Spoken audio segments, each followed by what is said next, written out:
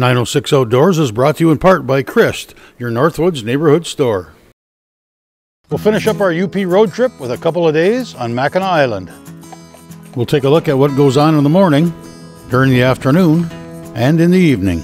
And with fall rolling around, it's time for a goose hunt. Yesterday was an impressive sight. There were thousands of birds making a push south.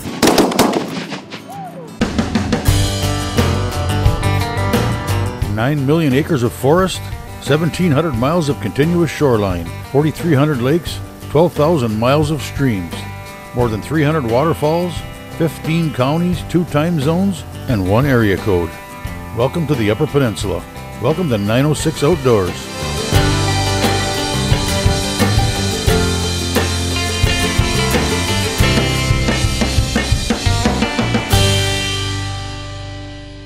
.906 Outdoors is brought to you by Cooking Wild Seasonings. Make it fresh, make it yours. Well, with Sault Ste. Marie in the rearview mirror and a day to kill, we headed south to get a bit closer to our morning ride to the island. We found a very secluded spot along the shores of Lake Huron. After a relatively quick but heavy downpour, the skies cleared, the sun came out, and we set up camp.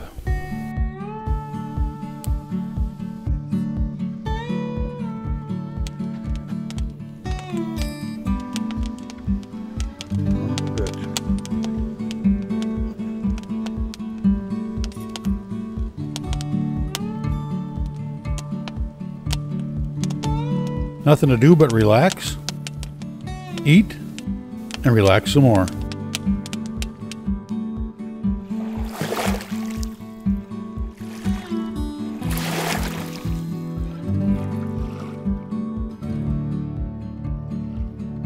Day turned into night, and back into day again. Time for breakfast. This would be the last breakfast of the trip, so that means use up everything in the cooler besides the night crawlers. A juicy tenderloin, breakfast sausage, and the last of those blueberries. And just like that, the camping was over, and we were heading for the island.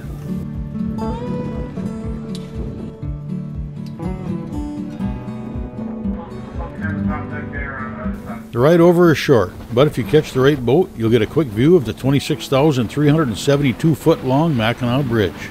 That's just under 5 miles.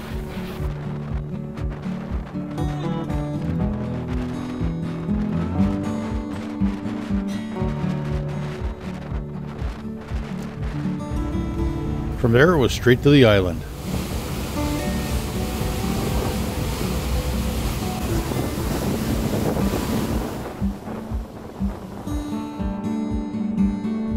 Through the years, I've used a variety of excuses to get myself to the island, the Fudge Festival, Lilac Festival, and other events.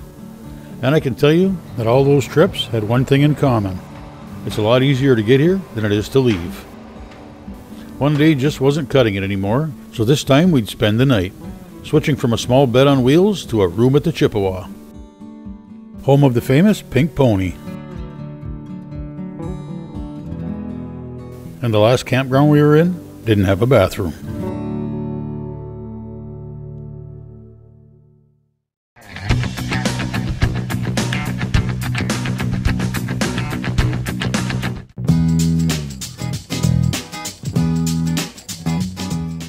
We arrived around midday, so we'll start there. The streets are just beginning to come alive with signs of incoming tourists. Workers are finishing up their morning deliveries. Horse-drawn taxis and carriages of all sorts are on the move.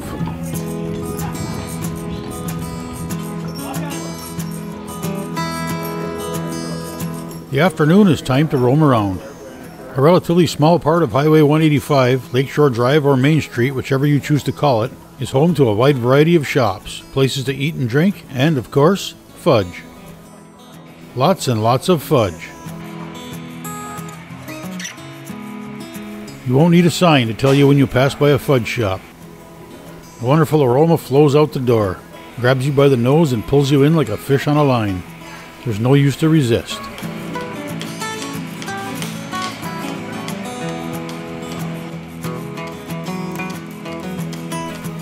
The tradition of Mackinac Island fudge making began in the years following the Civil War and is stronger than ever. It remains the island's most popular souvenir, with over 10,000 pounds of fudge leaving the island every day, coming from shops that opened their doors well over a century ago. Family-owned and operated shops using recipes and techniques that have not changed for generations. If you'd like to take in more of the island, you'll most likely travel on Highway 185, which runs the perimeter of the island and is the United States' only state highway without motorized vehicles. It's an 8-mile trek around the island. If that's your plan and you prefer not to walk, your transportation will consist of either a bicycle or horses. Bicycles are a relatively inexpensive way to get around and allow you to travel at your own pace and stop wherever you like. There are a few options when traveling by horsepower. Carriages will take you on pre-designated routes and require no more effort on your part than getting in and out of the carriage. Additionally, there are stables on the island giving you the opportunity to rent your own horses to ride. However you choose to get around, there's plenty to see. Take a tour of Fort Mackinac. The Grand Hotel is a must-see. Or spend some time just taking in the scenery.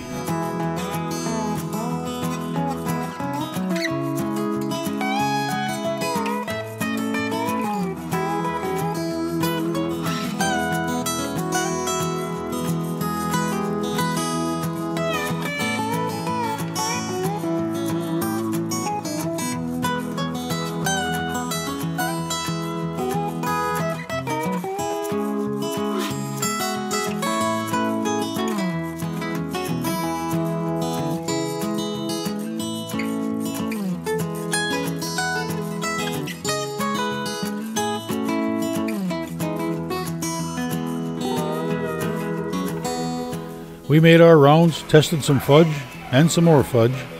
Eventually we ended up hanging out at the downstairs outdoor bar of the Pink Pony. Not a bad spot to relax. The upstairs is pretty good too. As afternoon fades away and the last boats for the day leave the island, the streets get quiet. Nobody left but the overnighters, the residents, and those who work here. We spent the rest of the night checking out the local establishments, along with good music, before strolling back to our home away from home at the Chippewa.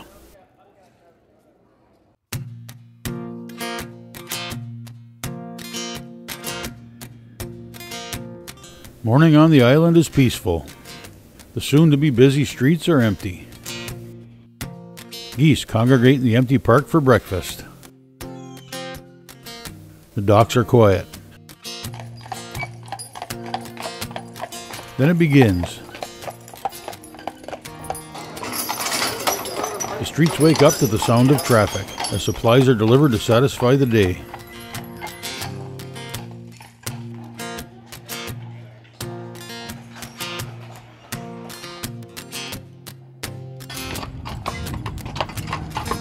Carriages and taxis move into position.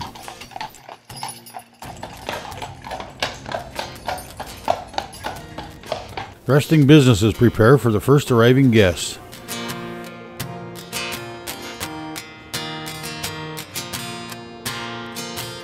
Then off in the distance, the first boatload of anxious tourists.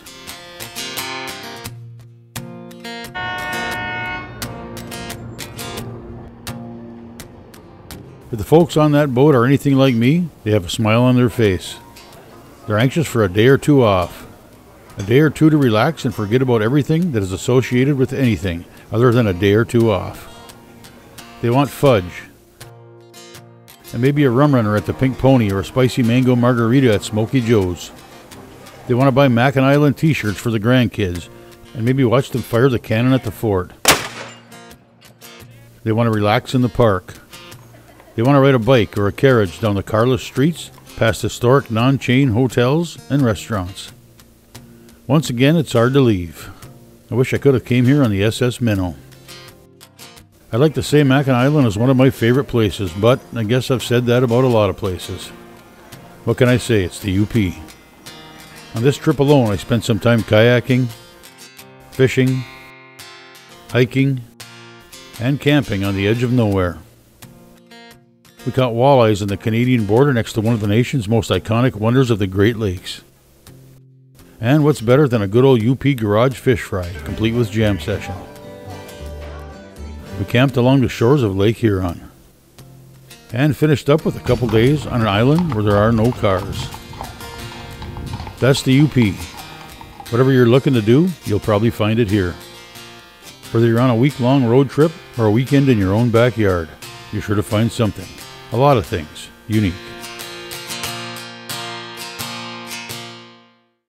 906 Outdoors is brought to you in part by Blades Bait and Tackle, your year-round connection to fishing Badenoch. If you're a UP sportsman, this is the time of year where it all comes together. You can fish and hunt for just about every species found on the peninsula. The fish are biting, the deer are moving, and the birds are flying. You just need to get up in the morning and decide where you want to be when the sun comes up. I hooked up with a group of friends from the Stevenson area who decided they wanted to be in a cornfield waiting for geese to show up. Yeah, it's a rainy fall UP morning. Right now we're setting decoys for the wind we have. It's a cut cornfield. It's a small field, but the birds have been hitting it pretty heavy. So we've got a V spread, about 4 dozen decoys out, and we're trying to hide layout lines. So we need to brush them in with vegetation from the field. Yesterday was an impressive sight. There were thousands of birds making a push south, and then today we're met with a south wind that's going to hold the birds in their place. So yeah, we've got 3 callers today, pretty good callers. The birds have been coming off the bay to this small cut cornfield. We're set up so that they come to the west side of the field, away from any roads, and try to stay away from any field edges. We're just going to sit back and wait for the birds. This is the reason we come out an hour and a half early to brush in our blinds and set our decoys, is we can hurry up and wait.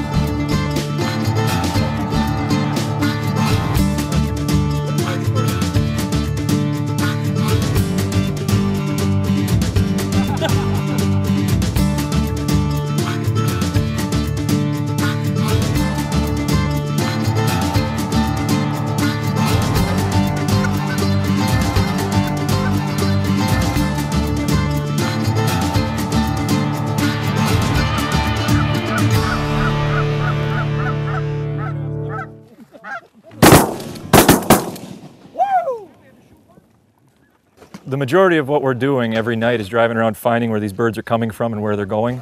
And we knew these birds were coming from a small inland lake. Had this field in mind the whole time. They were cupped out from the time they met the horizon line. We could see them.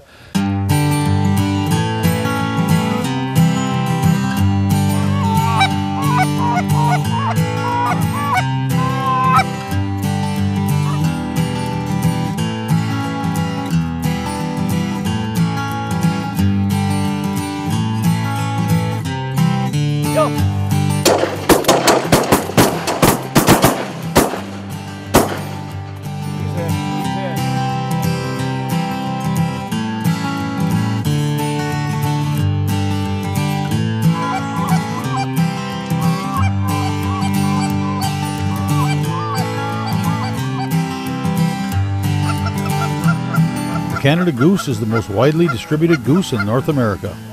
It's found in every contiguous U.S. state and Canadian province at one time of the year or another, and occupies a broad range of habitats including areas of human habitation. At around 2 years of age, geese form lifelong pair bonds. Offspring remain with their parents throughout the first year of life. Current population estimates range from 3 million to as many as 8 million individual birds. They of course are known for their seasonal migrations, which take place from September through the beginning of November. Ducks and geese follow ancient pathways from their breeding grounds to wintering areas. Each fall, millions of waterfowl migrate south to warmer regions in search of food and habitat. It's not certain how ducks and geese navigate during migration, but scientists believe the birds take cues from the position of the sun, moon, and stars, along with geographic landmarks like rivers and mountains and magnetic fields invisible to the human eye. The migration corridors followed by ducks and geese are known as flyways. For management purposes, North America is divided into 4 flyways: the Atlantic, Mississippi, Central, and Pacific. The Mississippi Flyway is the most heavily used, with about 40% of all North American migrating waterfowl and shorebirds using this route. Each year, more than 325 bird species make the round trip from their breeding grounds in Canada and the northern U.S. to their wintering grounds along the Gulf of Mexico region. This route offers a clear path with no mountains over its entire extent, as well as good sources of water, food, and cover. These stop-off points offer great hunting opportunities.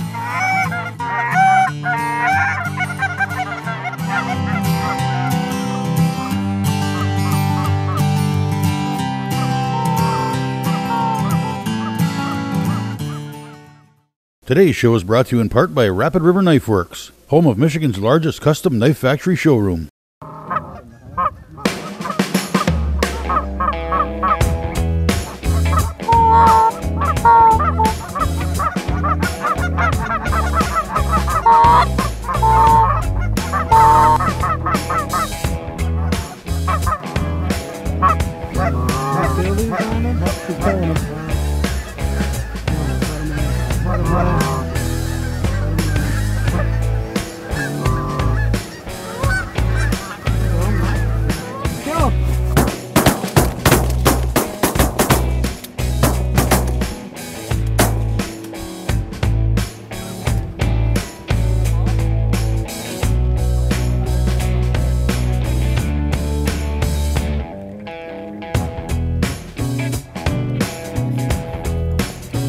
Goose hunting season in the Upper Peninsula begins with the early season on September 1st and runs through December 16th, offering plenty of opportunity to waterfowlers.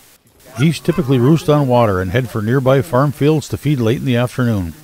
As we move into fall, you'll find them in oat fields, wheat fields, and barley fields in search of spent grain. As we move later into fall and the corn comes off, they congregate there for dinner. They will often return to these same fields in the morning for breakfast, so when the sun comes up, that's the place to be.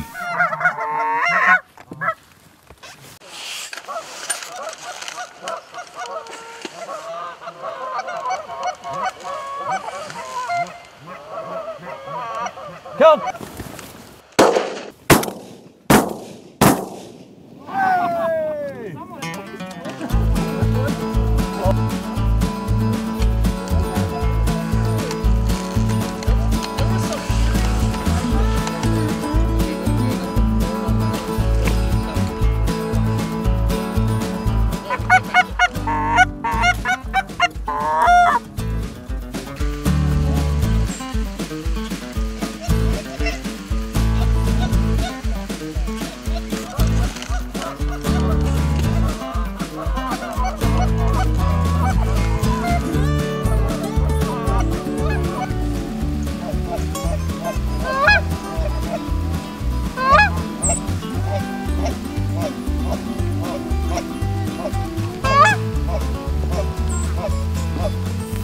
Start the fire!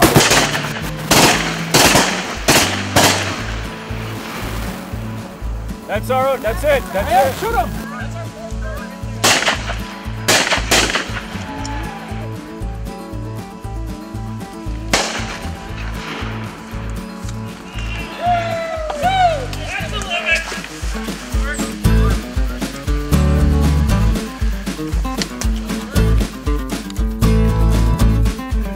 Just had one of our best mornings at goose hunting we could have ever ordered up. And as you can see, we have a good group of guys to hunt with. So we have a lot of fun together. I just got into this about a year with these guys. I just show up and it's a fully guided goose hunt with these guys. So they said, have a gun and have a layout blind and you're welcome. And they do the calling, they pull the trailers. As you can see, it's quite an operation. But there's a couple nice.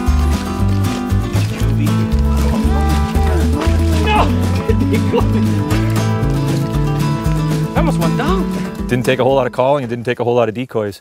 There's still a big push of geese, as you probably saw after we were breaking down.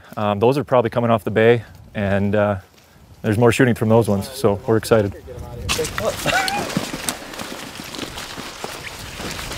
We used to love bow hunting up here, and now this is starting to kind of take it over until the rut starts, and it's just a fun fill-in time with your buddies. You get up in the morning, have a cup of coffee, and sit in sleeping bags in the ground pretty much and wait for the geese to fly in. So no shortage of action either, and you get to harass everyone when they miss a shot or two because we all kind of know who's shooting at which group of birds and talk it out and make a game plan. So it's a lot of fun, and it's definitely a new way to enjoy the UP that I'm starting to learn.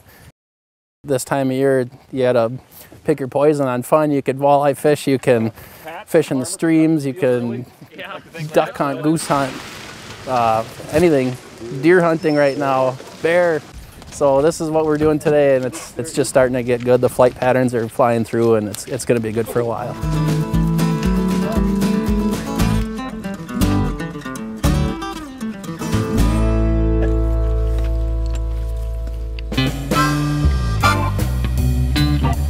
Feel free to join us on Facebook or visit us at 906outdoors.com. And while you're there, be sure to sign up to get on the 906 Outdoors email list. Thanks for watching, and we invite you to join us next week for another adventure right here on 906 Outdoors.